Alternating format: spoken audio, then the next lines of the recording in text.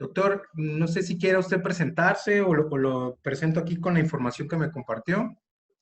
Sin ningún problema, me presento, no te preocupes. Sí, muy bien. Adelante, doctor. Muchas gracias. Antes que nada, nada más quiero expresarles un saludo por parte de nuestro director, el maestro ingeniero Gonzalo López López, que tuvo a bien encargarnos estas tareas de compartir con la población información importante sobre la contingencia y de especial manera que esté relacionada con el agua. Y yo también me uno al agradecimiento del director para con usted, doctor, que se tomó el tiempo para darnos esta información tan importante. Muchas gracias de antemano. No, pues primero les agradezco yo la invitación. Es un honor para mí estar con ustedes y compartir algo de información con base en mi especialidad. Yo soy el doctor Miguel Castruita García, soy médico internista, es mi primera especialidad. Tengo una segunda especialidad en infectología y tengo una maestría en investigación en ciencias de la salud. Trabajo en el Instituto Mexicano del Seguro Social en la Clínica 20 del IMSS. Soy el infectólogo del hospital. Pues estoy trabajando en el servicio público y privado. Y pues bueno, gracias de nuevo por la invitación. Trataré de compartirles un poco de información desde mi perspectiva como médico, con base en mi especialidad, y tratar de hacer una relación entre COVID y el agua. Se me faltó, no puede faltar, soy profesor también, me gusta compartir conocimientos. Soy profesor de la Universidad de Xochicalco en la materia de infectología y soy profesor también de la residencia en la especialidad de medicina interna en la Clínica 20 del Seguro Social también. Entonces, bueno, iniciaré. Le comentaba a Edgardo, desde mi perspectiva trataré de que la presentación no sea muy larga, no sea prolongada. En el área de la docencia siempre pensamos que más allá de 30 minutos de una presentación ya no solemos poner la misma atención, ¿no? Entonces, igual y por eso dije, bueno, una presentación que no sea muy larga, pero veremos algunos puntos importantes. Como objetivo de la presentación, pues sí, sobre todo es difundir información sobre las medidas de prevención contra COVID y su relación con el agua. Sí, definitivamente tendremos que dar una introducción sobre lo que es el COVID, cómo se transmite, porque si no sabemos cómo se transmite, no podríamos hablar sobre la prevención o sobre la relación que tiene el agua con base en esto, con base en la prevención, que es muy importante. Y finalmente, pues trataré de concluir. Entonces, si como introducción, la verdad es que antes de entrar en lo que es el COVID y qué síntomas ocasiona, pues ahora que están aquí diferentes especialistas en la materia, es importante para mí decir que tenemos una disyuntiva, o yo como un ser humano que intenta tener algo de responsabilidad social, es importante mencionar que estamos generando una contaminación muy importante. Esta contingencia, aparte de que amenaza la vida de personas y que las pone en riesgo y que nos ha cobrado muchas vidas en la ciudad y en nuestro país, y sobre todo en otros países en cuanto a números, pues también va de la mano con una contaminación muy fuerte. El agua es uno de los principales recursos que se ve afectado. Estamos generando grandes cantidades de basura plástica, guantes, no se imaginan la cantidad de guantes, de batas desechables, de todo el material que utilizamos como medidas de protección y pues que son desechados, son materiales de un solo uso. No podemos hacer nada más, es una forma de protegernos como personal, es una forma de proteger a los familiares o a los mismos pacientes, pero sin embargo son consecuencias de lo que no se habla regularmente. Hablamos de los costos que tiene esta pandemia en cuanto a vidas humanas, enfermedades, número de pacientes hospitalizados, que es lo que más nos preocupa, pero sin embargo hay otras consecuencias, ¿no? Entonces sí tenemos que tener esto como en nuestra mente. Y pues bueno, ¿qué es el COVID? Así en una sola diapositiva. Esta es una enfermedad, le llamamos al virus SARS-CoV-2. La enfermedad se llama COVID-19 y básicamente lo que ocasiona es lo que vemos acá. En una enfermedad leve tenemos goteo nasal, que lo vemos en muy pocas veces. menos de aproximadamente un 4% de las personas tienen escurrimiento nasal o moco en la nariz. Pero lo que sí es muy común es la tos, la fiebre y el dolor de cabeza. Podemos tener pacientes con dolor de la garganta. Y cuando la enfermedad se ve en una fase más avanzada o en una etapa más grave, los pacientes tienen fiebre, neumonía, que es lo que nos preocupa. Esto ya es afectación en los pulmones. E insuficiencia respiratoria aguda, que no es otra cosa más que los pacientes no pueden oxigenar la sangre. Los pulmones están tan afectados por la neumonía que el oxígeno no puede llegar a la sangre. Entonces, básicamente esto es el COVID-19. Todos los pacientes que no llegan a hospitalizarse tienen los síntomas que están en los círculos azules, algo parecido a gripa, tos, dolor de garganta, dolor de cuerpo, pueden tener fiebre, pero la mayoría de los pacientes, aproximadamente un 80% de la población, no va a llegar a estar hospitalizado porque presentan un cuadro muy leve. Aunque es una minoría de la población, pero siempre es importante en cuanto a números, pues ya se presenta con neumonía y son personas que tenemos que hospitalizar. En cómo se transmite el SARS. Esto es de lo más importante, porque aquí vamos a hacer una relación más importante, vamos a hacer una relación directa sobre las medidas de protección. Depende de cómo se transmite, es cómo nos podemos ir protegiendo de este virus o de esta enfermedad como tal. Entonces, voy a hacer un video, lo vamos a ir viendo y después lo vamos a ir analizando un poco más. Es un video algo corto.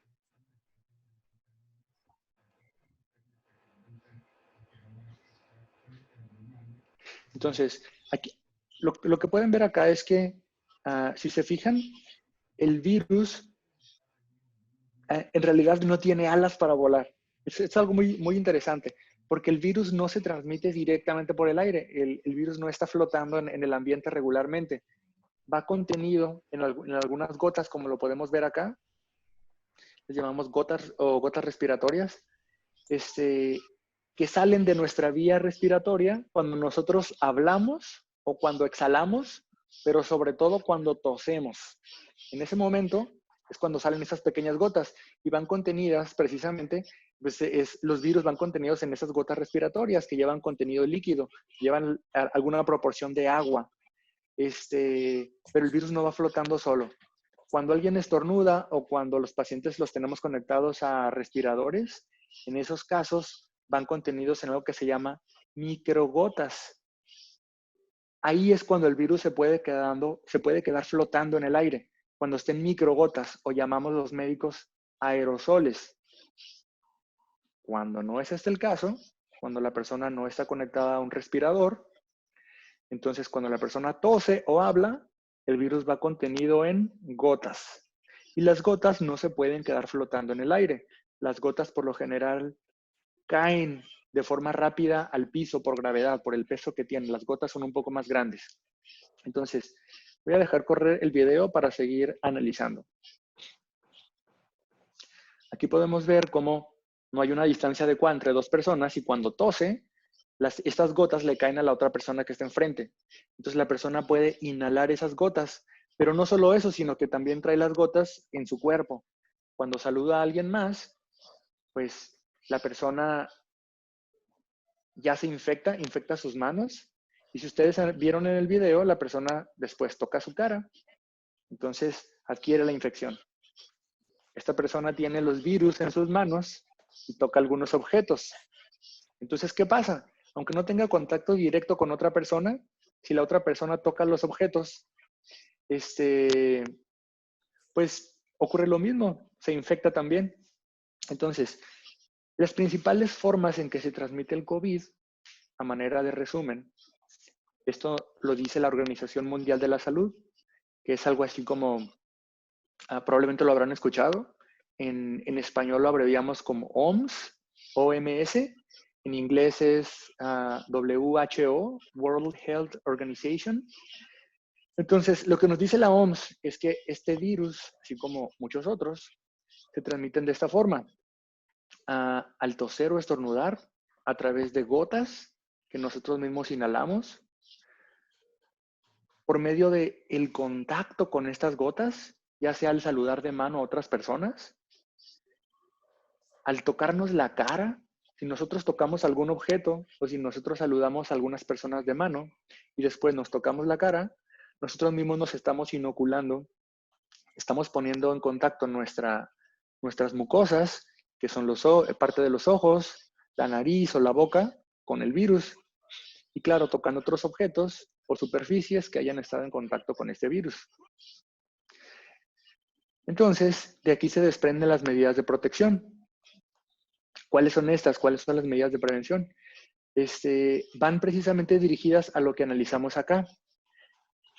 La única forma en que nosotros nos podemos infectar de coronavirus es a través de las áreas que ya mencioné. Ojos, nariz y boca. Es decir, si nosotros tenemos coronavirus en las manos, en los pies, en nuestra ropa, en realidad no nos podemos infectar directamente. El virus no puede atravesar directamente a través de la piel. Tiene que haber un contacto. Nuestras manos están sucias por coronavirus porque saludamos a alguien, pero nosotros no nos tocamos la cara, en realidad no nos vamos a infectar. Entonces, eso es algo muy importante en cuanto a la aclaración, ¿sí? El virus no, como les mencionaba, el virus no vuela, el virus no se transmite por radiación o por estar cerca de una persona directamente, sino que si alguien está cerca, las gotas son las que nos caen. O si tocamos a la persona con un saludo o tocamos el barandal, por ejemplo, como se veía en la primera imagen.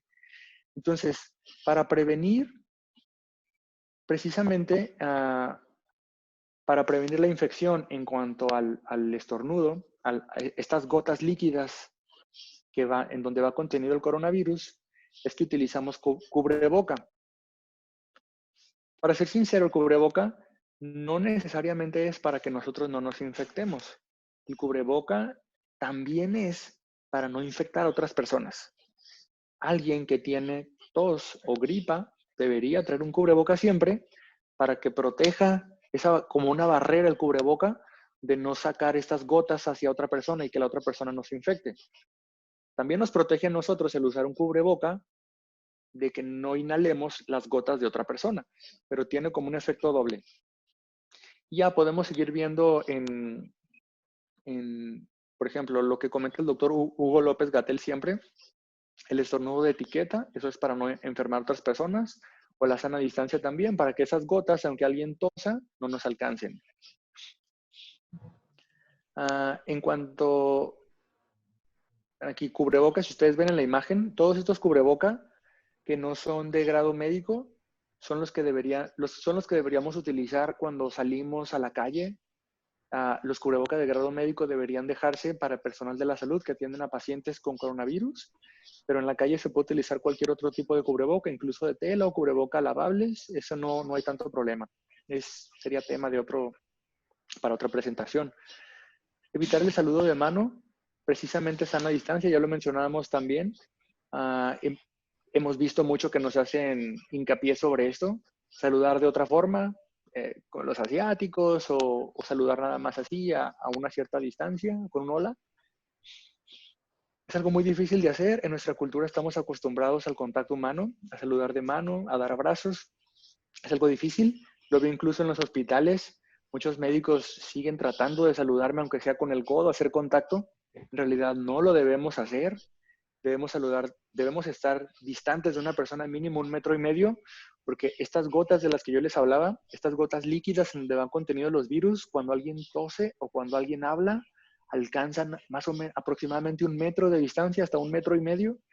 Si nosotros estamos distantes de las personas, en nuestras áreas de trabajo, por ejemplo, en todas sus oficinas, establezcan perímetros donde las personas no se puedan acercar, y aunque alguien tosa, si la distancia es de 1,5 metros o más, no deberían alcanzarnos estas gotas ni a nosotros ni a los objetos que estemos cerca o que estén cerca de nosotros.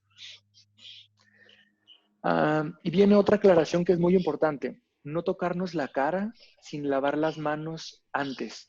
Y aquí es probablemente la principal relación que hay entre el COVID y el agua, porque la Organización Mundial de la Salud pone el lavado de manos como la principal medida de prevención del coronavirus. La verdad es que nos encantaría que el utilizar un cubreboca N95 o el utilizar una máscara especial que les llamamos una, no sé, con nivel de protección 100, nos encantaría decir que eso nos protege, pero la verdad es que la principal medida de prevención contra el coronavirus es el lavado de manos. La simple combinación entre agua y jabón es suficiente para eliminar el coronavirus de nuestras manos. Como les mencionaba, si alguien no nos tose a 1 metro de distancia, si alguien no nos tose cerca o no nos habla a medio metro de distancia, no hay forma de que nos contagiemos. Mientras mantenemos una sana distancia, 1,5 metros, y si no nos tocamos la cara sin lavarnos las manos o utilizar un desinfectante, en realidad no podríamos contagiarnos de coronavirus. Eso es algo muy importante de mencionar. Entonces, les voy a correr un video sobre una técnica correcta de lavado de manos. Esa técnica que se ve en el video es la técnica de la Organización Mundial de la Salud. Consta de diversos pasos. Ustedes van a escuchar que el doctor López-Gatell o en diferentes medios se habla de que el lavado de manos debe ser de por lo menos 20 segundos. Esto es correcto.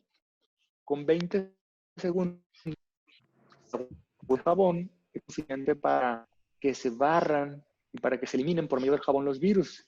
Pero la técnica correcta debería durar de 40 a 60 segundos y debería de tener estos pasos. Vamos a ir viendo y lo voy a ir haciendo yo aquí enfrente de la cámara. Y la técnica básica es, con agua y jabón, eliminar prácticamente cualquier rastro de coronavirus o de suciedad de cualquier tipo en todas las superficies de las manos. En la parte de enfrente, por los dorsos de las manos, entre los dedos, en esta superficie que está entre los dedos, en los dedos pulgares, lo van a ver, que por aquí se acumula también. Y por último, en las uñas, o en el borde entre la yema de los dedos y las uñas, que se puede acumular también acá. Entonces, la estrategia correcta de lavado de manos va dirigida a eso, y a lavar cualquier tipo, todas las superficies de nuestras manos.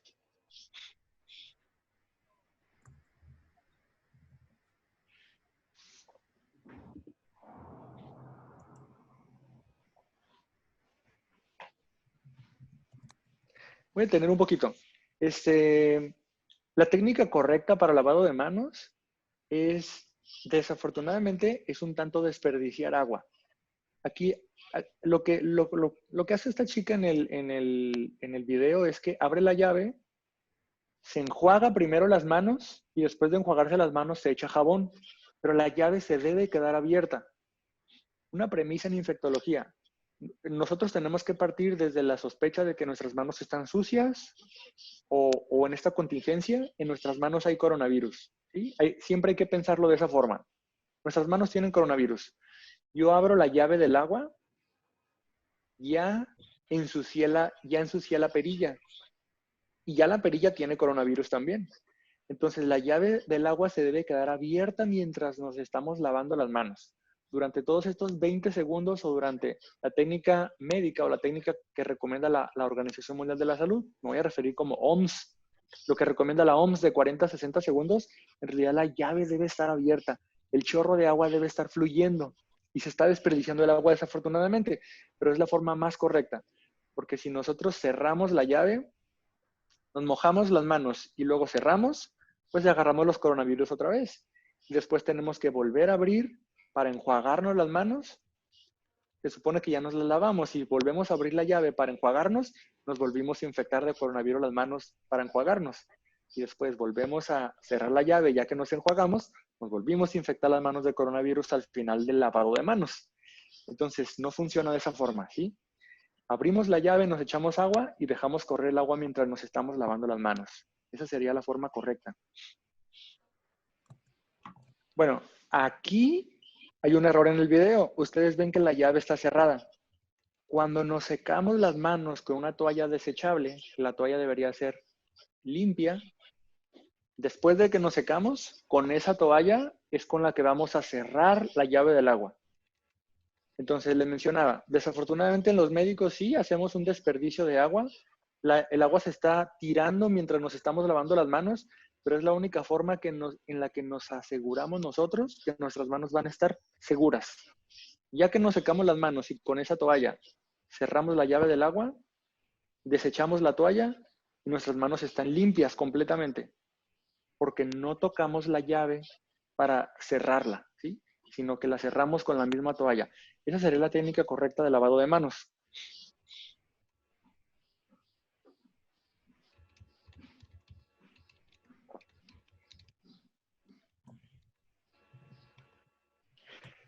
Entonces,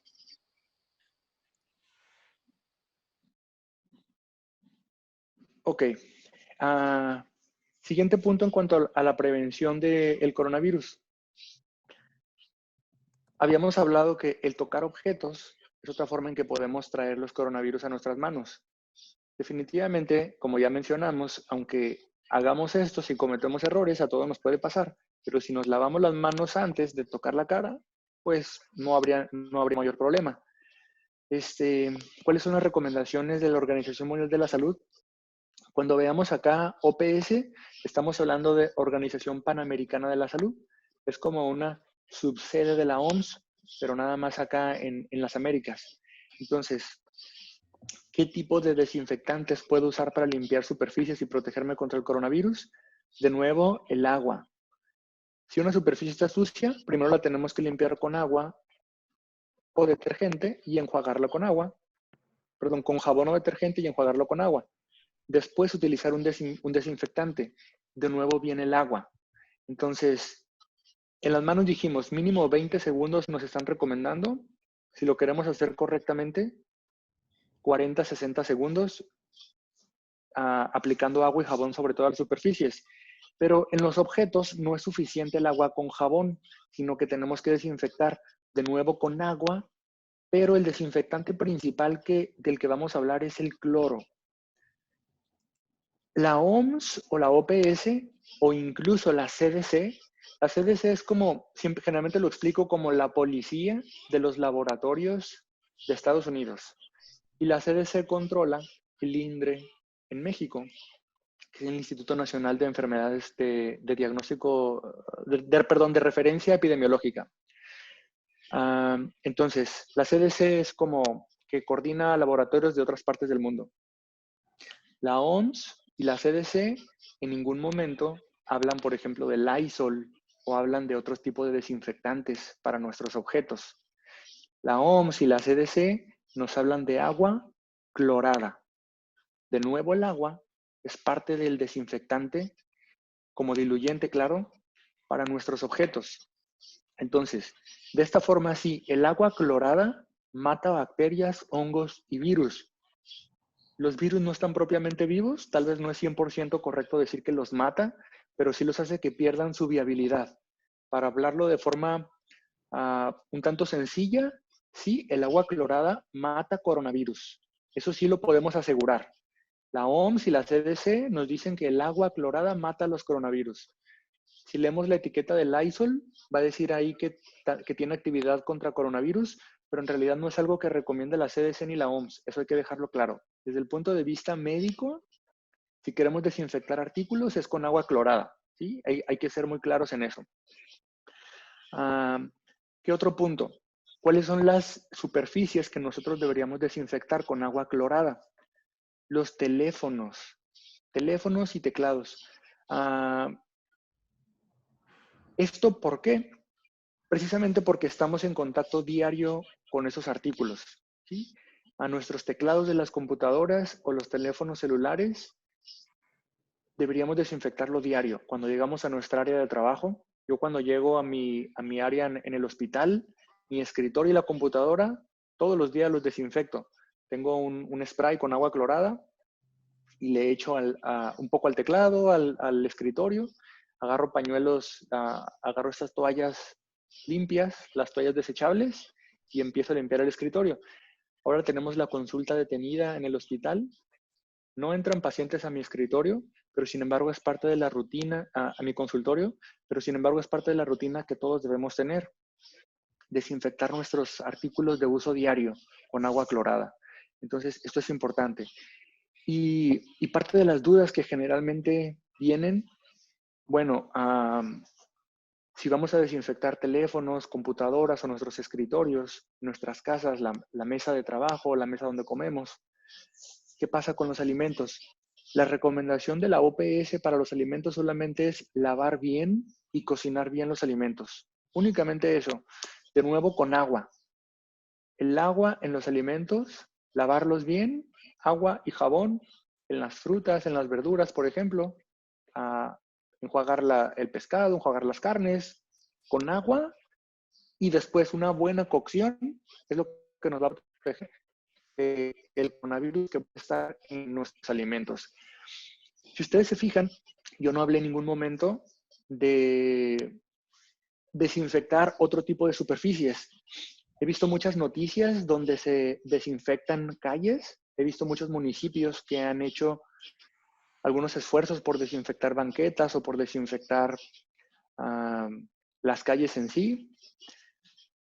Hasta el momento no hay evidencia de que la desinfección de espacios públicos sea suficiente para disminuir los casos de coronavirus.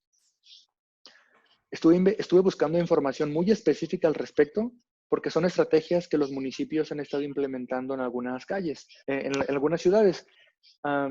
Probablemente sale un poco de mi área de especialización porque yo soy médico y trato más con la prevención de infecciones en el paciente directamente. Probablemente haya más expertos que yo, tal vez químicos industriales que nos puedan hablar más. Sin embargo, el SARS-CoV-2 es un virus y buscando artículos de medicina, de estrategias para prevenir el COVID, y ninguno se ha demostrado que la sanitización de espacios públicos puedan disminuir la proporción de infecciones por este virus en personas. Entonces, hasta el momento, si pongo un ejemplo, si nosotros, por ejemplo, si nosotros estamos caminando en la vía pública y tal vez alguien tosió y el COVID cayó al piso, en realidad nosotros no vamos a tocar el piso con nuestras manos y no hay forma de que del piso nos llegue el COVID a nuestros ojos. Pero ¿qué sucede si nosotros caminamos, llegamos a la casa, nos quitamos los zapatos con las manos, los ponemos a un lado? Ahí sí el COVID está en nuestras manos. Entonces, de nuevo, la estrategia correcta es lavarnos las manos siempre. Yo que soy médico y vengo de los hospitales, estoy mucho más en riesgo de que mi calzado esté sucio por gotas de los pacientes que tosen o que están en el piso del hospital. A pesar de que tenemos un muy buen servicio de limpieza y todo el día están limpiando los hospitales, en realidad. Sin embargo, en realidad sí sucede. Sin embargo, cuando llego a la casa, yo que soy médico, dejo mis zapatos en la entrada de la casa, camino descalzo y me pongo otros tenis diferentes para estar aquí en la casa. Pero eso es porque tal vez porque soy médico. Pero aún así, cuando me cambio los tenis, voy directamente al baño y me lavo las manos. Entonces, prácticamente desde que yo entro a la casa, lo primero que hago es lavarme las manos antes de tocar cualquier otro tipo de objeto. ¿Sí? Si recordarán ustedes en el video, el agua y jabón es lo que elimina esa suciedad de nuestras manos. Entonces yo llego a la casa y lo principal donde yo puedo traer coronavirus es en las manos. Entonces es lo primero que hay que hacer, la desinfección desde ese punto de vista. ¿Sí? La desinfección con agua y con jabón de nuestras manos. Hago otras estrategias. Después de ver pacientes, nosotros usamos unos tipos de gogles, utilizamos un cubreboca, pero si un paciente tose, tal vez pudiera caerme coronavirus a los lados del cubreboca o en la frente, por arriba de los lentes, incluso en el cuello, que algunas veces queda descubierto. ¿Sí? Después de ver pacientes, el personal de la salud nos metemos a bañar antes de salir de los hospitales. En los hospitales públicos no tenemos esta facilidad. Yo me lavo la cara, llego a la casa y ya me meto a bañar. Entonces, de nuevo el agua es lo que nos protege de infectarnos por coronavirus, ¿sí? El agua como medida de prevención. Esa es la principal relación que encuentro entre el coronavirus y el agua. Una alternativa al agua, y lo mencionaba en el video la persona que se lava las manos, la alternativa para lavarnos el agua es utilizar un alcohol desinfectante. Si ustedes no se van y se lavan las manos con agua y con jabón, no tenemos un lavamanos accesible, podemos utilizar esa alternativa. Un sanitizante con alcohol, ¿sí? El alcohol debería ser mínimo 70% como la graduación, y la técnica es exactamente la misma. Las mismas superficies de las manos, las palmas, los dorsos de las manos, entre los dedos, después los nudillos, los pulgares y por último las uñas. Si utilizamos la misma estrategia, ese tiempo es más corto. El alcohol con 20 segundos es suficiente para nuestras manos. Algunas ocasiones utilizas esa estrategia, utilizar soluciones alcoholadas o algunas toallas con alcohol o algunas toallas con cloro para limpiar mi teléfono celular, por ejemplo. Es alguna estrategia extra que podríamos utilizar o algunos otros objetos. Pero básicamente, sin necesidad de que yo les mencione información muy importante, que a través del agua se pueda adquirir COVID o a través del agua, el agua de la llave o lo que sea. Para ser sincero, no es así. Lavar alimentos, desinfectar superficies, lavar nuestras manos, utilizar cubreboca, tener una sana distancia, es principalmente la forma en que nos podemos proteger contra COVID. Entonces, mi presentación hasta aquí. En realidad mi conclusión es esa. Queremos evitar COVID, lavémonos las manos. Si queremos utilizar alcohol gel como alternativa, lo podemos hacer. La recomendación de la OMS es que el lavado de manos sea por lo menos el 20% del total y un 80% puede ser alcohol gel. Dicho de otra forma, yo me pongo alcohol gel en las manos 4 veces y la quinta me lavo las manos. Vuelvo a utilizar alcohol gel en las manos 4 veces y la quinta me lavo las manos. De esa forma ya tengo 8 veces que utilicé alcohol gel y 2 veces que me lavo las manos. Es un 80% contra un 20% de lavado de manos. Esa sería mi principal conclusión. Y pues estoy abierto a preguntas o comentarios, cualquier cosa que yo pueda aclarar desde mi área de expertise, pues con mucho gusto. Excelente, doctor. Muchas gracias. Y pues a los invitados, tienen ahorita la oportunidad de, si quieren hacer alguna pregunta, pues adelante, son bienvenidas. Hola, ¿qué tal, doctor? Pues definitivamente muy interesante su plática, ¿no? Y en lo personal, pues yo cargo en mi bolsillo con gel antibacterial, pero lo utilizo, por ejemplo, si tengo que ir al cajero automático y terminando de usarlo, uso mi gel, que voy saliendo de ahí, pero llegando a la casa es las manos, ¿no? No me siento más segura más que lavándome las manos. No lo utilizo a cambio de, ¿no? Tengo una pregunta. La prueba que hacen para detectar el COVID es, porque he visto que es por medio de un como cotonete, pero que, bueno, no lo he visto, me han dicho, que lo introducen por la fosa nasal. Así es. Pero mi esposo no trabaja aquí en el estado y uno de sus compañeros está en Guanajuato ahorita y uno de sus compañeros salió positivo a COVID. Entonces, fue el viernes pasado y el lunes mandaron de la Secretaría de Seguridad, mandaron equipos médicos para hacerle la prueba a todos, porque son 30. Entonces, pero me dice que la prueba que les hicieron fue también con un cotonete, pero agarrarle saliva de la boca, fue en la boca. Y en cuestión de 2 horas les dieron el resultado. Entonces, nadie salió positivo. Fueron porque esa persona el viernes se puso malo, se lo llevaron al doctor y les salió positivo, ¿no? Entonces el lunes van y le hacen el examen a todos, tomándole saliva de la boca y les dicen a las 2 horas nadie más está contagiado. Se llevaron creo que a 4 personas por precaución porque traían síntomas de gripa, pero más no salieron positivos. Entonces sí me gustaría que usted me dijera si es confiable ese tipo de prueba. Pues yo estoy al pendiente, ¿no? De él y presentes algún síntoma, te sientes mal, traes algún, o sea, y hasta ahorita nadie ha manifestado ningún otro síntoma, pero sí me gustaría que usted me dijera si es confiable esa prueba que les hicieron el lunes pasado. Miren, por la primera parte, la verdad es que es un comentario bastante interesante. Las pruebas de laboratorio son todo un reto. Le puedo comentar lo siguiente.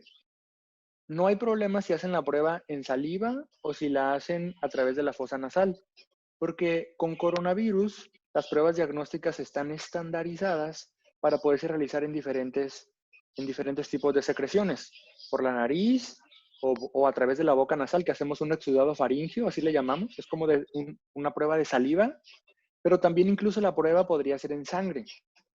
Entonces, coronavirus nos permite hacer pruebas en diferentes partes, ¿sí? En diferentes partes, nariz, boca o en sangre. Regularmente, la PCR, la prueba que se hace para coronavirus, en un centro especializado de diagnóstico, tarda más o menos 4 horas. Los laboratorios aquí de Tijuana, los laboratorios privados, están tardando más o menos en darnos resultado, el más rápido, un día. Algún otro laboratorio privado tarda 4 días en dar resultado. Y el laboratorio estatal de epidemiología nos tarda más o menos unos 10 días. Entonces, a mí me llama mucho la atención que en 2 horas les hayan dado el resultado, ¿sí? Yo no creo, digo, saben, me parecería muy difícil hacer una conclusión con la información que me da. Y yo no estoy revisando qué prueba hicieron, no tengo la certeza. Pero 2 horas, a mí la verdad se me hace muy poco tiempo. Sí le puedo comentar que existen pruebas rápidas para coronavirus, pero ninguna prueba rápida está validada a nivel mundial. Las pruebas rápidas que ponemos una gota de sangre nada más, así como cuando hacemos una prueba de diabetes, esas pruebas no sirven, ¿sí? Tienen un 50% de confiabilidad. Entonces, es como echar un volado al aire, que dé positiva o negativa, no nos sirve en realidad. Entonces, si la persona tiene cuadro clínico de coronavirus, si las personas del área de trabajo presentan cuadro clínico, deberían manejarse como coronavirus, aunque esa prueba haya dado negativa, no importa. Ok, muchísimas gracias. Voy a informarle porque sí, a mí también me sorprendió mucho porque sé que están tardando, bueno, en un inicio creo que tardaban hasta una semana en llegar las pruebas, los resultados y así. Entonces sí me llamó mucho la atención que dijo, en 2 horas nos dieron el resultado, llevaron pues como son las unidades médicas así como panel, ¿no? Entonces la llevaron, se estrenaron afuera de la base, les tomaron a todos su prueba, las 2 horas dieron resultados todos negativos, se llevaron a creo que eran 4 o 5 personas que traían síntomas de gripe, pero que habían salido negativos en la prueba.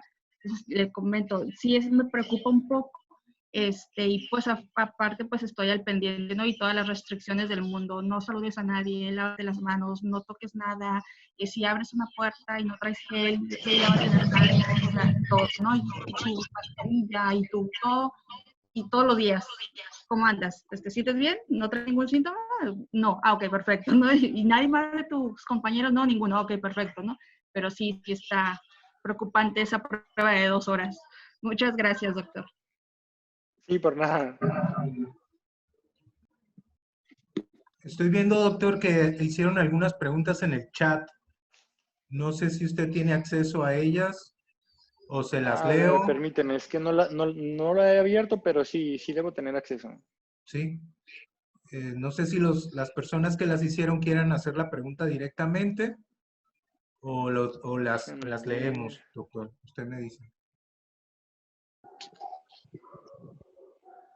No encuentro la opción del chat, pero a ver si me las quieres leer en lo que busco. Sí, Ya. claro que sí. Ana Laura pregunta que por cuánto tiempo considera usted que debemos seguir con la desinfección de las áreas. Me refiero aún después de que pase la contingencia. Híjole, la verdad es que es una pregunta bastante difícil de responder porque creemos los médicos que en realidad el COVID llegó para quedarse. La contingencia podemos hablar en el sentido estricto de cuánto tiempo vamos a estar en nuestras casas, ¿sí? En cuarentena. Sin embargo, aunque se acabe la cuarentena y podamos salir de nuestras casas, en realidad el COVID va a seguir hasta septiembre, octubre, noviembre, tal vez hasta diciembre, vamos a seguir teniendo casos. Y la verdad es que desde esta perspectiva, el COVID llegó para cambiar la forma en que nos debemos mover. Sí. con base en este virus vamos a tener que seguir con nuestras medidas de prevención y sería bueno que dejáramos de saludar a las personas de mano, o sea, que aprendiéramos a saludar como en otros países, de lejos. Sí es muy difícil de responder con base en la evidencia científica o como médico, pero lo más seguro es que aunque termine la cuarentena, vamos a tener que seguir con las medidas de prevención. Muchas gracias. Muy bien, espero que eso conteste la pregunta. Y tengo otra pregunta de Carlos de la Parra.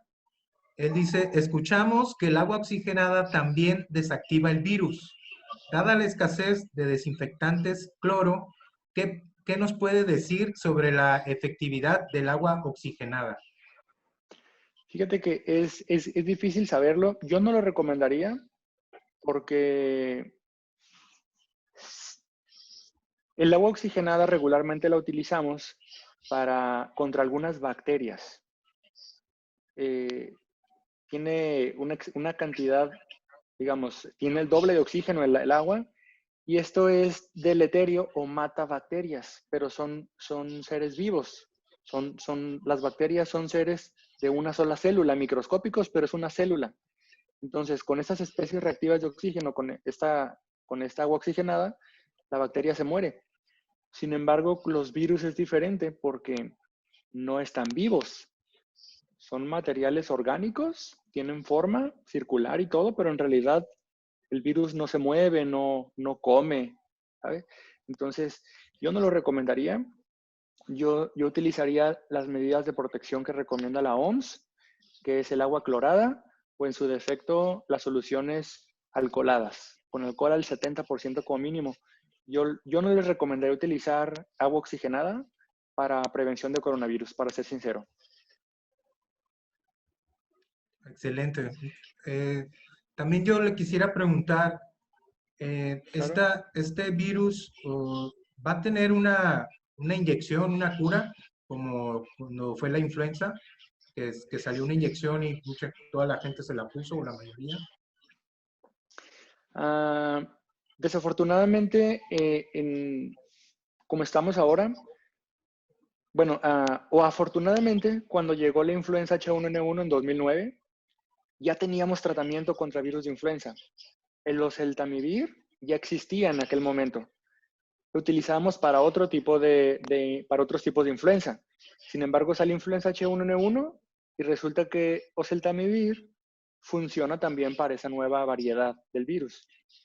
En este caso no, es difícil porque ya hemos tenido pacientes, o sea, los coronavirus ya habían causado infecciones antes. Ya había existido un SARS primero y después había existido un MERS. Y para estos virus, que fueron en 2002, el primero, el SARS fue en 2002, no había tratamiento. Llegamos ahora a 2020 y seguimos sin tratamiento para coronavirus. Y no existía vacuna en 2002 y todavía no tenemos ninguna vacuna para coronavirus, ni para los de 2002 ni para el actual.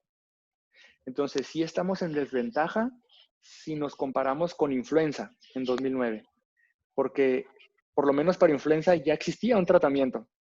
Después se desarrollaron las vacunas. Entonces, hablando de este nuevo coronavirus, estamos utilizando tratamientos experimentales que no sabemos si van a funcionar o no. Tratamos de darles a los pacientes todo lo que está en nuestras manos, todo lo que esté experimental lo utilizamos, pero no sabemos si va a funcionar o no. Y que se desarrolle la vacuna, ¿es posible? Sí, siempre es posible porque es un virus, pero no existen vacunas para otros coronavirus. Y hay que recordar que todavía tenemos enfermedades virales para los que no existen vacunas todavía. No tenemos vacuna, por ejemplo, para hepatitis C. No tenemos vacuna para VIH, por ejemplo. Y son virus que ya existen hace 30 años. Y todavía, entonces, va a ser muy difícil saber si se va a poder desarrollar una vacuna o no. Pero se está trabajando en la actualidad en eso. ¿Alguien más de la audiencia tiene alguna pregunta? Por favor, que aprovechen ahorita la oportunidad.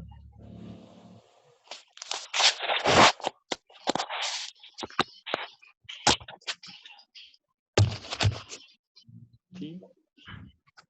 Fíjense, les comento, en algunas ocasiones me han preguntado, Me adelanto un poco y si tienen alguna otra pregunta ahorita me la hacen saber. Desde el punto de vista médico me han preguntado mucho qué hacer cuando alguien tiene síntomas de coronavirus. Amigos, conocidos, pacientes que yo no conozco que me contactan a través de redes sociales. En realidad los médicos no estamos dando consulta de coronavirus en nuestros consultorios. Los infectólogos no estamos atendiendo en los consultorios. La estrategia correcta cuando alguien presenta síntomas es acudir a un centro de atención respiratoria. Los hospitales los tienen. El Hospital General, la Clínica 20 del Seguro Social en Tijuana y la Clínica 1 los tienen. Y también algunos hospitales privados. El Hospital Ángeles, por ejemplo, tiene su unidad de atención respiratoria. Entonces, si alguien tiene síntomas de coronavirus, lo que deberían hacer la recomendación a uno de los centros donde se hace la evaluación adecuada, si se tiene que tomar la prueba o no. Y bueno, les van a recomendar un tratamiento también. Entonces me adelanto por si en alguna ocasión les llegara a surgir duda o alguno de sus conocidos tuviera esa duda para que sepan lo que hay que hacer. Doctor, a mí en particular me invita a la reflexión de los comentarios que hizo, de que estamos hablando de un virus de transmisión pues muy peligrosa o muy avanzada, pero al final el agua como elemento pues de la prevención para protegernos, ¿no? del virus, se me hace una relación pues muy interesante, porque podríamos pensar que hay que aplicar algún químico o luz ultravioleta o algo que necesite una tecnología muy avanzada, y sin embargo es algo tan sencillo, ¿verdad? Tan básico al final como el agua misma con jabón, ¿no? Y no tocarnos la cara. Eso es lo que se me hace muy interesante de su plática, la verdad. Sí, en realidad es lo más interesante que hay. El agua nos está protegiendo del coronavirus desde esta perspectiva. Lavado de manos. Y como les digo, incluso en los hospitales, por ejemplo, en el Hospital Ángeles que conozco el personal y que he tenido pacientes, el personal de ahí, los enfermeros, se meten a bañar antes de ir a sus casas. O sea, de nuevo el agua. ¿Sí? Si pudo haber quedado alguna gota, ustedes recuerden esos trajes que utilizan los chinos o que ven en fotografías, esos trajes blancos que nos protegen por completo. No nos infectamos a través del cabello. El problema es que alguna gota con coronavirus se nos quede en el cabello y que nosotros nos toquemos, ¿sí? Entonces, de nuevo el agua, las personas o el personal de la salud se mete a bañar antes de ir a sus casas y santo remedio. Entonces, lavado de manos sobre todo, lavado de manos es lo principal.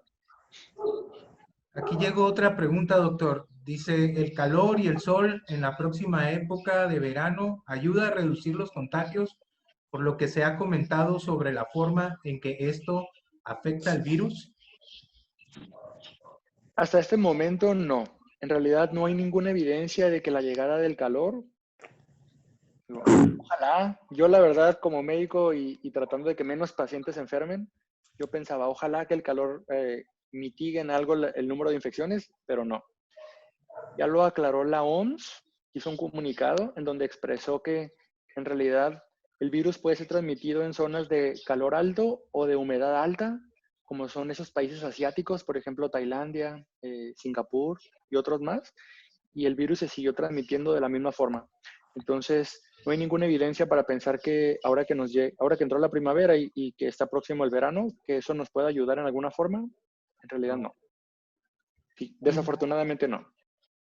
Y otra pregunta, ¿cuánto tiempo dura el virus en las manos, por ejemplo, o en las superficies, diferentes tipos de superficie?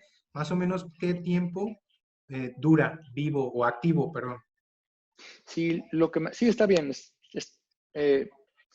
Mira, el tiempo cambia dependiendo de la superficie. Lo que podemos saber es que en las superficies en donde dura más tiempo viable es, por ejemplo, en los plásticos o en los metales. Entonces, estas superficies puede durar hasta 3 o hasta 4 días el virus viable. Después de que alguien tosió, imaginen ustedes, 3 o 4 días, tal vez alguien tosió hace antier, por ejemplo, y nosotros hoy tocamos el escritorio. En 2 días nadie ha entrado a mi escritorio, nadie ha entrado, pero antier alguien tosió y yo toco mi escritorio y luego me agarro la cara. nos podemos infectar. Entonces, el tiempo estimado son de 3 a 4 días como máximo. Tal vez ustedes han encontrado algunas información a ese respecto. Pongo un ejemplo muy sencillo. En países donde ya no hay cubrebocas disponibles, por ejemplo en Italia, lo que hacían era que utilizaban un cubreboca, lo dejaban ahí, digamos, expuesto al medio ambiente, al día siguiente utilizaban otro cubreboca, al día siguiente otro, y al cuarto día utilizaban el primer cubreboca. O sea, lo dejaban como 3 días el cubreboca sin utilizarlo, porque más o menos de 3 a 4 días es el tiempo para que el virus se muera. Entonces ya después de 4 días, los artículos ya están limpios de alguna forma. Es un plan que yo tengo, por ejemplo, en algunas áreas del hospital donde tenemos pacientes con coronavirus, y ahora se va a abrir un área más grande y esa área ya no va a haber pacientes con coronavirus, pero en esa área hay computadoras. Entonces es mi plan que esas áreas del hospital no las utilicemos durante 4 días. Primero tienen que desinfectar con agua y jabón y después con agua clorada. Pero ya que esté desinfectado, por seguridad, esas áreas deberían clausurarse durante 4 días. Al quinto día, es seguro que esas áreas pueden utilizarse porque ya los pocos coronavirus residuales que pudiera haber ya perdieron viabilidad. Ok, muy bien.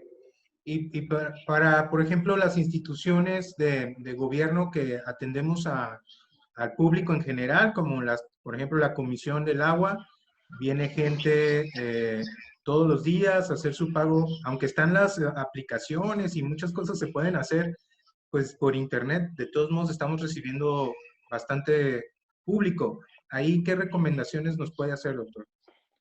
Mira, lo principal es que sí tienen que asegurarse de que haya una distancia adecuada entre ustedes como personal y el resto de las personas. Sí es importante, como en algunos centros lo han hecho, que establezcan filas para que hagan las personas con una distancia adecuada entre una y otra persona, 1,5 metros como mínimo, pero sobre todo hacia ustedes, porque las personas que somos servidores públicas estamos expuestos, imaginen, todo el día a una persona y a otra y a otra y a otra. Entonces, los servidores públicos somos las personas que más estamos en riesgo de infectarnos por coronavirus. Entonces, desde esta perspectiva, desde su área de trabajo, tienen que establecer una distancia de 2 metros, 1,5 metros, 2 metros. La persona no debe acercarse a ustedes, a sus áreas de trabajo, a su escritorio. Si tienen que atender personas, deben establecer una distancia apropiada y desde lejos atender a las personas. Eso sería lo principal, entre otras estrategias. A la entrada del lugar, que se les ofrezca solución alcoholada para que les pongan y que las personas echen en sus manos. Les recomiendo no utilizar guantes y les recomiendo que las personas que entren a los lugares donde ustedes trabajan tampoco los dejen, o sea, les recomiendo que no dejen entrar a personas con guantes. Porque en los guantes dura más tiempo viable, en los plásticos dura más tiempo viable el coronavirus. En los guantes dura 8 horas. Entonces las personas traen guantes sintiéndose que ellos se protegen, pero andan agarrando, no sé, en el autobús o en la puerta de la entrada del lugar o algo. Llegan con guantes a sus áreas de trabajo y les tocan su escritorio. Entonces, la persona debe quitar los guantes, tirarlos y que le echen gel en las manos, ¿sí? Antes de entrar a las oficinas de trabajo. Eso sería lo principal. Distancia adecuada entre ustedes y las personas y alcohol gel en las manos para la población en general. Excelente, doctor. Muchas gracias. ¿Alguien más que esté escuchándonos, viéndonos y quiera hacer alguna otra pregunta? Sí, yo quiero hacer una pregunta. Por ahí escuché en las noticias que habían multado a un supermercado, no sé si Soriana o Calimax, porque estaban tirando los cubrebocas en la basura. Pero yo supongo que así debe de ser. Me imagino que los podemos sprayear con la agüita colorada y juntarlos tal vez en una cajita para poderlos llevar a una recicladora o algo así, no sé, o tirarlos simplemente en el bote de basura, pero ya sprayeados con alcohol. Y que Sí. es de que si los podemos volver a utilizar. Ok. En realidad, sí se pueden tirar a la basura común. Sí se puede apoyar a la desinfección o sí podemos apoyar a que las personas que se encargan de la recolección de basura no se infecten al manipular cubrebocas con COVID. Sí se puede apoyar mojándolos con agua clorada, está bien, pero en realidad esos cubrebocas van a la basura común. Existe algo que se llama residuos peligrosos biológico-infecciosos. Eso es en los hospitales, cuando entramos a un área de COVID, atender pacientes con diagnósticos de coronavirus. Ahí sí, todo el material que nosotros utilizamos desechable lo echamos en una bolsa roja, es una bolsa especial, pero porque ya son casos de pacientes confirmados. Y en ese caso sí, los hospitales no pueden tirar ese material a la basura común. Tiene que darse un tratamiento especial. Pero en el caso que nosotros utilizamos para protegernos, esos pueden ir a la basura común. En realidad, no le veo problema para que vayan a la basura común. El cubreboca estrictamente debería ser desechable. Si lo utilizamos un día, en realidad no lo quitamos y lo tendríamos que tirar directamente a la basura. Eso sería lo ideal. El cubreboca no lo debemos tocar por la parte de enfrente porque debemos asumir, si nos protege de coronavirus, debemos asumir que el cubrebocas está sucio de coronavirus. Hay que tratar de mentalizarlo de esa forma. Entonces el cubrebocas se quita por la parte de atrás, por las ligas, lo jalamos y lo tiramos directamente a la basura. Como les mencionaba, en algunas circunstancias que tenemos que utilizar cubrebocas reutilizables, por ejemplo, si son de tela, si en ese caso se puede lavar con agua y jabón y después se puede reutilizar ya que esté seco. Y en escenarios muy difíciles, muy complicados, donde no haya cubreboca, lo que les mencionaba, que se hacía en otros países, pues reutilizarlo, pero como hasta 4 días después, ¿sí? No antes de eso. Y si yo, por ejemplo, si me traigo un cubreboca, en realidad sí estamos algo escasos de material médico. Me quito mi cubreboca de la parte de atrás cuando estoy en el hospital. Si voy a tomar agua, por ejemplo, lo dejo, tomo agua, lo vuelvo a agarrar por las ligas sin agarrar el cubreboca y me lo vuelvo a colocar.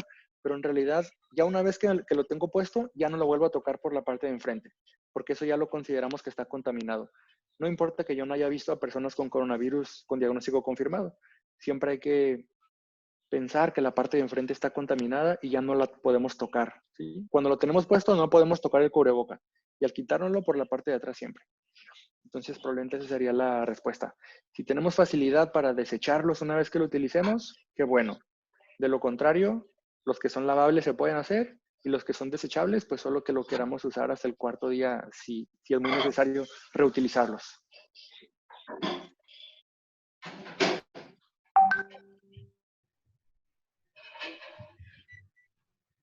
Muchas gracias, doctor.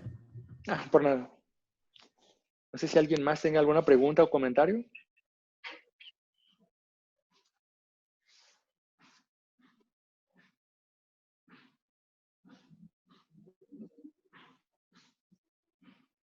¿Me escucho?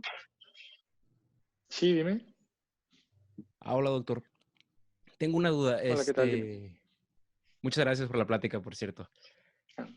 Y mi duda es, ¿cómo es que se levanta la cuarentena? En el caso, me tocó ver noticias de que en China ya estaban festejando con un abrazo entre todos en el público, en las vías públicas, de que se estaban abrazando porque ya se había levantado la cuarentena. ¿Cómo es que se dice, ¿sabes qué? Este día ya se levanta la cuarentena, ya todos se pueden abrazar, ya pueden seguir su vida normal? Mira, depende mucho del contexto de cada país. La verdad es que China es un país con mucho poder económico. China aislaba a todas las personas con coronavirus, aunque no requirieran hospitalización. Entonces, hacían prueba de coronavirus, aunque te sintieras bien, te aislaban en un hospital. Y te hacían pruebas de control para que la PCR diera negativa y luego negativa, y ahora sí te daban de alta a tu casa. Entonces China levantó su cuarentena y permitió eso cuando ya no tenía ni siquiera un solo nuevo caso de coronavirus y tenía confirmado que todas las personas que dieron de alta se habían curado. Entonces ellos estaban seguros de que ya no había coronavirus en las ciudades y por eso levantaron cuarentena de esa forma. Pero las situaciones de otros países son muy diferentes porque no todos los países tienen esa capacidad de de hacer pruebas para ver si las personas ya están negativas. O, por ejemplo, en México, nuestros hospitales públicos no están haciendo pruebas a los pacientes por coronavirus que no están graves. Solamente si necesitas hospitalizarte, te hacen prueba de coronavirus. Si no necesitas hospitalizarte, no te hacen prueba en los hospitales. Te mandan a tu casa y te dicen, sí, puedes tener coronavirus, pero no tienes neumonía y ve a descansar a tu casa y toma paracetamol. Y no te hacen prueba. Entonces, es nuestra realidad, la verdad. Yo que trabajo en un hospital público, me da vergüenza decirlo, pero pues esa es la realidad del país en el que vivimos. No existe la capacidad para hacer, representa todo dinero, laboratorios, muchas cosas. Entonces, en México levantar la cuarentena va a tener que ser algo muy diferente a lo que pasaba en China. En México se levantaría la cuarentena cuando el número de muertos vaya disminuyendo por coronavirus o cuando los nuevos casos de personas que se hospitalizan por coronavirus vayan bajando. Una vez que los pacientes vayan bajando, entonces nos van a levantar la cuarentena. Pero no vamos a poder ir a abrazarnos como los chinos, porque eso no significa que no haya personas con coronavirus en la calle, porque no sabemos quién tiene y quién no tiene coronavirus en realidad. O sea, el levantamiento de la cuarentena en México tendrá que ser muy diferente a lo que sucede en países como China. Va, muchas gracias, doctor. Ni por nada. Doctor, y en relación a lo que dice, en realidad no tenemos una cifra exacta de cuántas personas contagiadas o cuántas personas positivas hay en México, porque como lo menciona, a lo mejor yo traigo síntomas o yo considero que son síntomas de COVID y voy a los hospitales generales y me dicen, muy probablemente si tengas, resguárdate en tu casa 15 días, ¿no? Tu cuarentena, y como dice usted, te dan el paracetamol.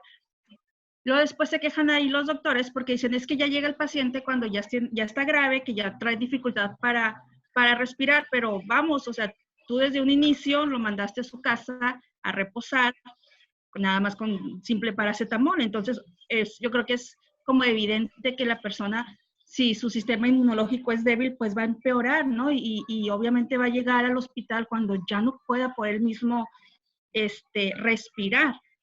Entonces, sí es pues preocupante porque, pues, ¿cuántas personas no están en sus casas que no saben o no están diagnosticadas como positivo y no están a lo mejor dentro de los casos confirmados, pero sí lo tienen, ¿no? Y están en casa y a lo mejor y no con las medidas de precaución con la familia, y ahí va el circulito cada vez más grande, ¿no? Bueno, es lo que yo me imagino y creo, no sé usted qué tenga que decir al respecto.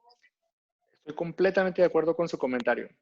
La verdad, si en mi poder estuviera, si en mi poder estuviera el hacerlo, yo le haría prueba de coronavirus a todas las personas con síntomas de coronavirus, precisamente para saber quién sí tiene y quién no tiene, y si tiene, aislamiento domiciliario, completamente recluirlo de su familia, vigilancia para que no haya más contagios.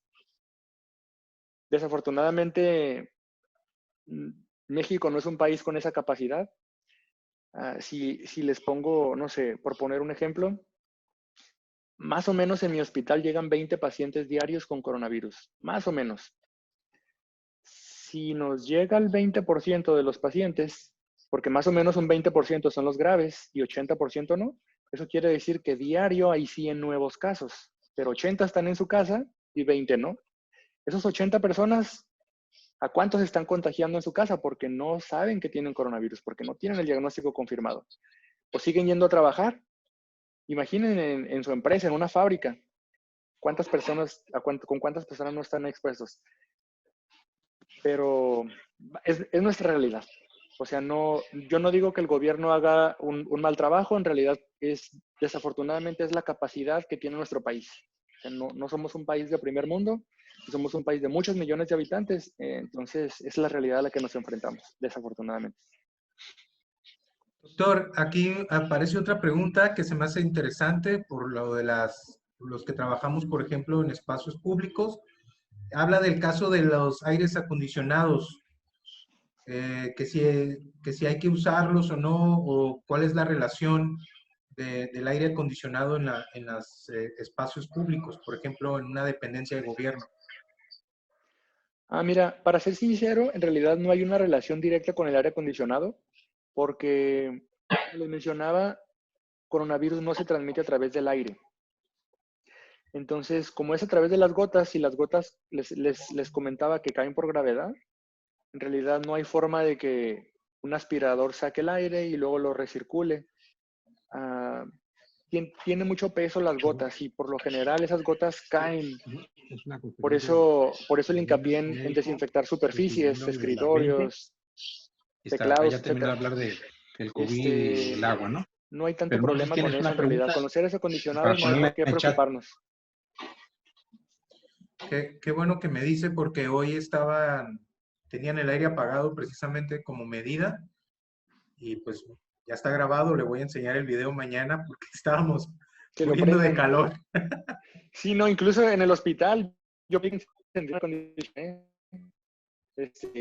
en algunas áreas, porque sí, imaginen ustedes los médicos que entran o entramos al área de coronavirus con la máscara y con la bata y todo, y sin aire acondicionado, y sí, no hay mayor problema. Claro, qué bueno que nos dice. Aquí hay otro comentario de Carlos de la Parra. Dice que me pide que por favor le extienda nuestro reconocimiento y agradecerle al médico su esfuerzo y entrega en esta guerra que libran él y demás integrantes de la profesión médica. Gracias, gracias, gracias. Oh, muchísimas gracias, de verdad. Qué amable por las palabras. Sí. No, pues yo también me uno a ese agradecimiento, doctor, y al esfuerzo que hace toda la gente que está involucrada, la verdad, que pues es una labor titánica, sobre todo por las condiciones, como las mencionó bien, claro y objetivo. Pues también yo me uno a ese agradecimiento, doctor. Muchas gracias. No, muchas gracias. Créeme que somos un equipo muy grande en el hospital.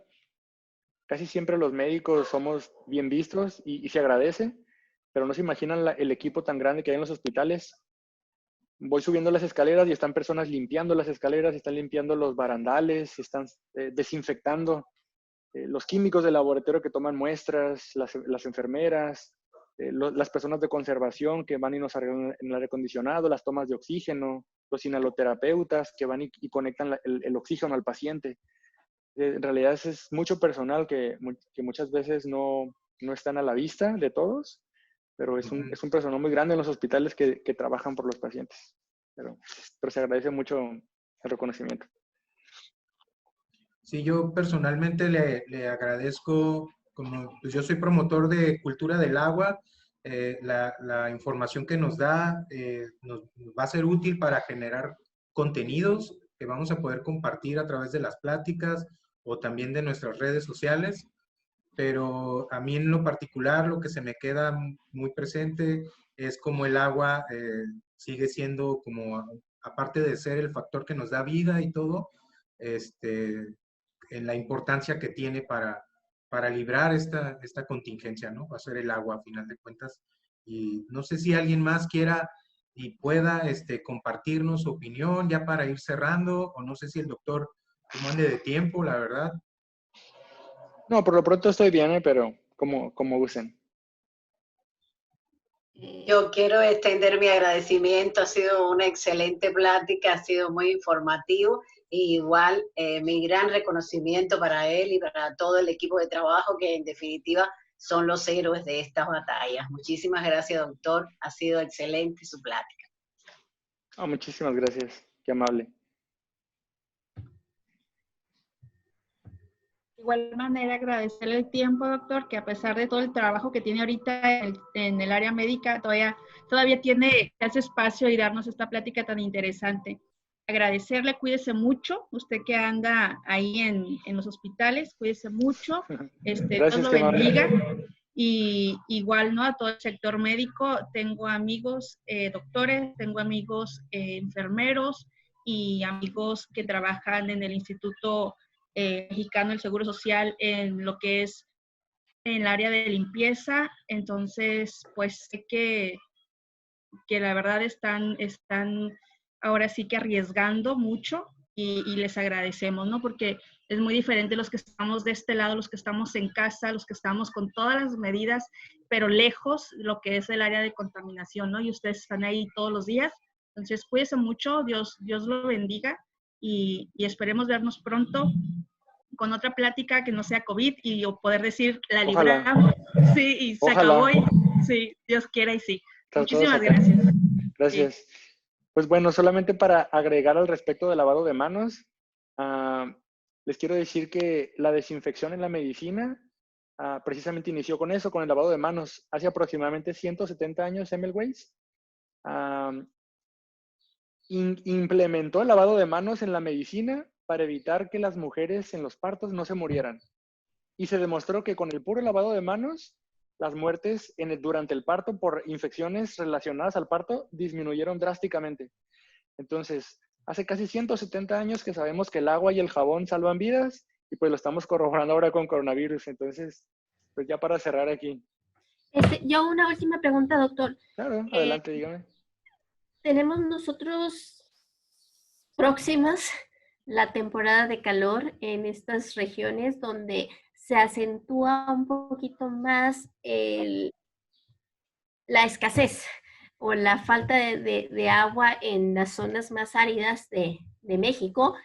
Y hay todavía gente que todavía no cuenta con el servicio de agua potable. Y la cuestión es, se están haciendo ya las medidas pertinentes por parte de la CONAGUA y por parte de los organismos operadores, pero esta estrategia de tener como un cubito de agua jabonosa donde nosotros metamos las manos ahí varias veces sin que estemos tomando agua limpia ni jabón limpio, sino nada más meter las manos y después enjuagarlas ya bajo el chorro del agua o en otro recipiente, pero en el agua jabonosa utilizarla por todo el día y por toda la familia.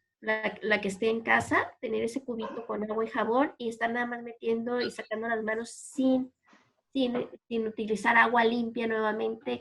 ¿Qué esto cómo le suena? Híjole, me va a parecer difícil de responder porque no es algo que se haya investigado en la medicina, no es algo para lo que hay evidencia. En lo personal, yo no lo recomendaría.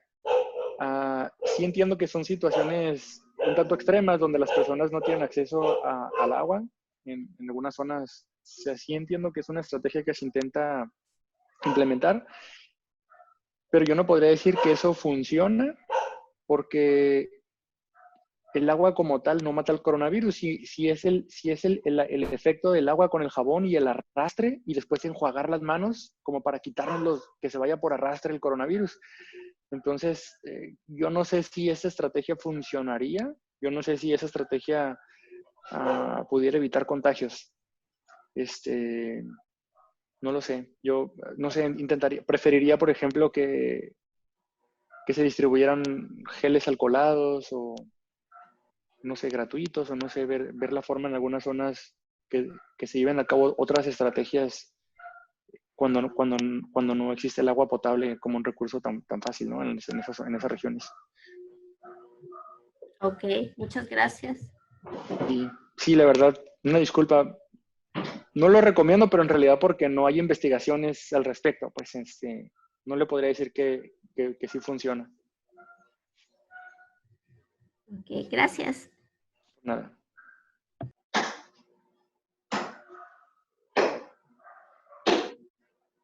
Pues muchas gracias, doctor.